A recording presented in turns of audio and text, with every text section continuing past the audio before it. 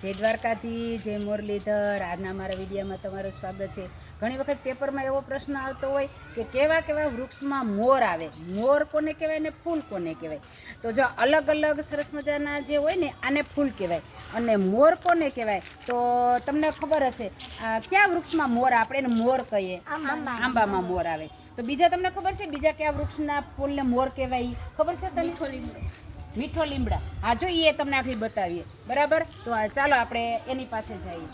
અહીંયા આવી જાવ, હાલો હાલો હાલો. આ કેવું વૃક્ષ છે તમને બધાને ખબર હશે?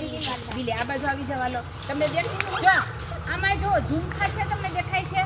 તો આને તમે આ બીલા છે અને બીલા કયો તમને ફૂલ આવશે નહીં, આ મોર છે હો. આમાં મોર આવશે. આમાં એક એકનો જે ઝુમખા દેખાય ને તમને, જે વૃક્ષમાં જે ઝુમખા હોય ને એને મોર કહેવાય. એટલે આમાં હજી મોર આવવાનો બાકી છે, બરાબર. આ બીલીનું વૃક્ષ. પછી તમે કહેતા હતા ને મીઠો લીમડો. ચાલો મીઠા લીમડામાં જો દેખાય છે તમને મીઠા લીમડાના. આને શું કહેવાય? એને ફૂલ ન કહેવાય, શું કહેવાય? આને મોર કહેવાય. દેખા બધા જોયું છે? આને મોર કહેવાય. મીઠા લીમડામાં કેટલો સરસ મજાનો મોર આવ્યો. હવે બહુ કિંમતી વનસ્પતિ છે, ઔષધિ વનસ્પતિ, કેટલી સરસ મજાની છે. હાલો જુઓ, હાલો આ કેવું વૃક્ષ છે? અહીંયા આવી જાવ, હાલો બધાય. હાલો ગૌરવ, રુદ્ર, મોટેથી બોલો. આ શું છે? કરંજ. હવે જો આ તમે જોઈ શકો છો, જેવી રીતના આંબાના મોર હોય ને એવી રીતના જો કરંજમાં મોર આવ્યો. જોવો છો તમે? સરસ મજાના. દીપલે આ બધે મસ્ત આ મોર બધા લઈ લે સરસ મજાના. કેટલા સરસ મજાના. તો હવે આ તમે નીચે જો કેટલા સરસ મજાના. જો તો ખરી કેટલું મસ્ત લાગે છે કે નહીં આ મોર? બરાબર. ચાલો હજી આપણે ગોતીએ ત્યાં વૃક્ષમાં મોર આવે છે. પછી તમે જોયું તો સરંગો તમે બધાએ જોયો ને? સરંગોના ફૂલ પણ આવી રીતના હોય ને ઝુમખા ટાઈપ. તો એને પણ મોર કહેવાય. પણ અત્યારે આપણી સ્કૂલમાં એ છે નહીં.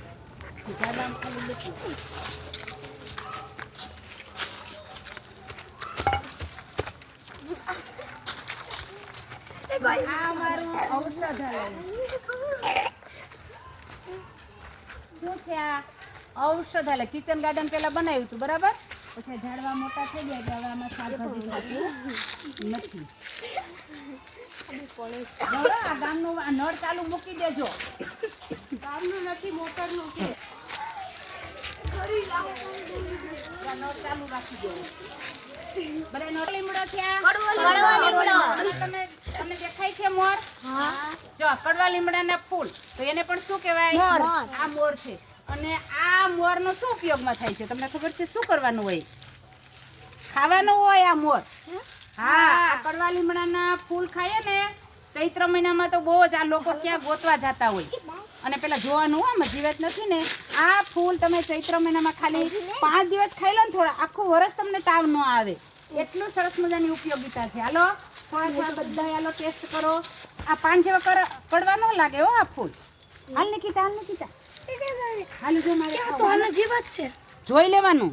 જો હાલે જો મેં પહેલા જ કીધું નથી. જો આમાં ક્યાં એમ નહીં, આના જેવા આ ફૂલ મે રાખ્યું હતું એના જેવા. હા, હું તો કોઈ જીવા નહીં. જો આ કેટલા આ ખવાય એમ ભાવે નહીં. જો દવા ભાવે, આપણે દવાખાને જઈએ તો દવા ભાવે તો એ ખાઈએ ને આપણે. તો એના કરતા ખાઈ લેવામાં શું વાંધો? એટલે આપણે સ્કૂલમાં બદામ તો જો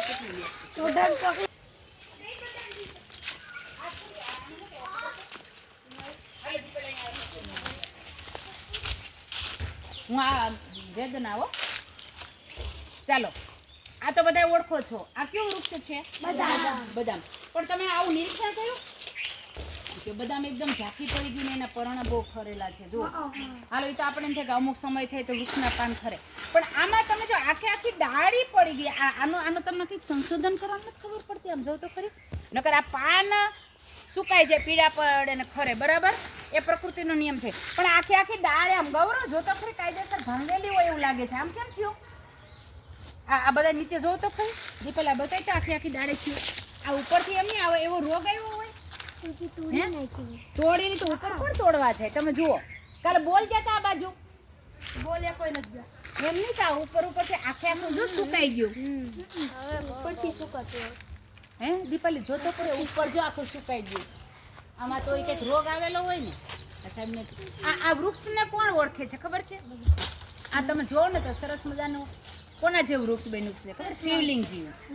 શિવલિંગ. આ વૃક્ષનું નામ શું છે? શિવલિંગ. તમે ક્યારે સાંભળ્યું આવું? આ શિવલિંગ છે. આપણા સ્કૂલમાં બે અહીંયા એક છે ને ઓલા કડવા લીમડાની વચ્ચે એક છે. બરાબર? ચાલો આ જોવું પડશે હો ભાઈ. છોકરા જોતું રહેવાય આમાં શું નુકસાન થયું. આમ જો તમે જો બરવા માંડ્યા ઉપરથી ખબર છે આખી ડાળીથી જ પડે છે નીચે જો. હે આખી ડાળ જ નીચે પડે છે. ઘરડું કોઈ દી વૃક્ષ થાય જ નહીં.